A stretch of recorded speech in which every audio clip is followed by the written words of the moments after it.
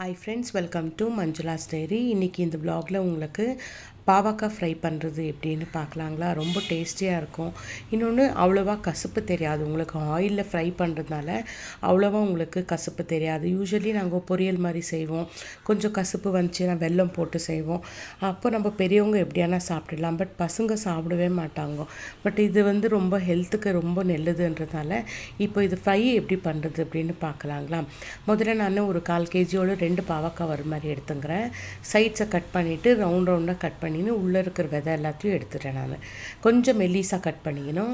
எல்லா விதையெல்லாம் எடுத்துகிட்டு ஒரு பவுலில் போட்டுக்கின்னு கொஞ்சமாக உப்பு போட்டுக்கிறேன். கொஞ்சமாக லைட்டாக சூடாக இருக்கிற தண்ணி போட்டுக்கிறேன். ரொம்ப சூடாக லைட்டாக சூடாக இருக்கிற தண்ணி போட்டுக்கின்னு இதை தண்ணியிலே ஊற விட்டுடலாம். ஒரு 30 minutes அப்படியே இதில் ஊறட்டும். அப்போ தான் உங்களுக்கு அந்த கசப்பு தன்மை எல்லாம் போயிடும். உங்களுக்கு உடனே நீங்கள் செஞ்சிட்டிங்கன்னா கசப்பு அப்படியே இருக்கும். அது சாப்பிடவும் முடியாது.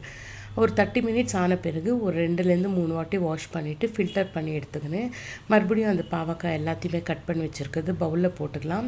சால்ட் போட்டுக்கிறேன்.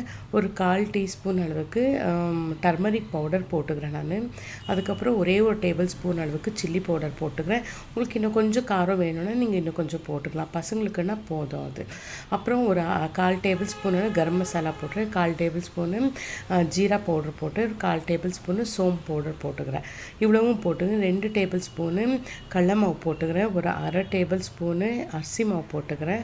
இவ்வளவும் போட்டுக்கின்னு நல்லா நம்ம அப்படியே ட்ரையாகவே கலந்து விடணும். ஃபஸ்ட்டு பாருங்கள், இந்த மாதிரி ட்ரையாகவே கலந்து விட்டுடணும்.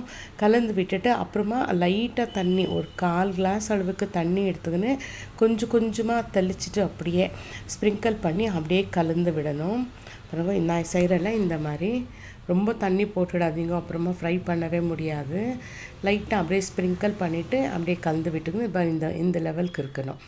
இப்படி வச்சுட்டு நான் எண்ணெய் காய வச்சுருக்கேன். எண்ணெய் காஞ்சதுமே ஒன்றா போட்டு ஃப்ரை பண்ணி எடுத்துட்டா ரொம்ப நல்லாயிருக்கும். உங்களுக்கு கசப்பு தெரியாது. பசங்களும் சாப்பிட்லாம்.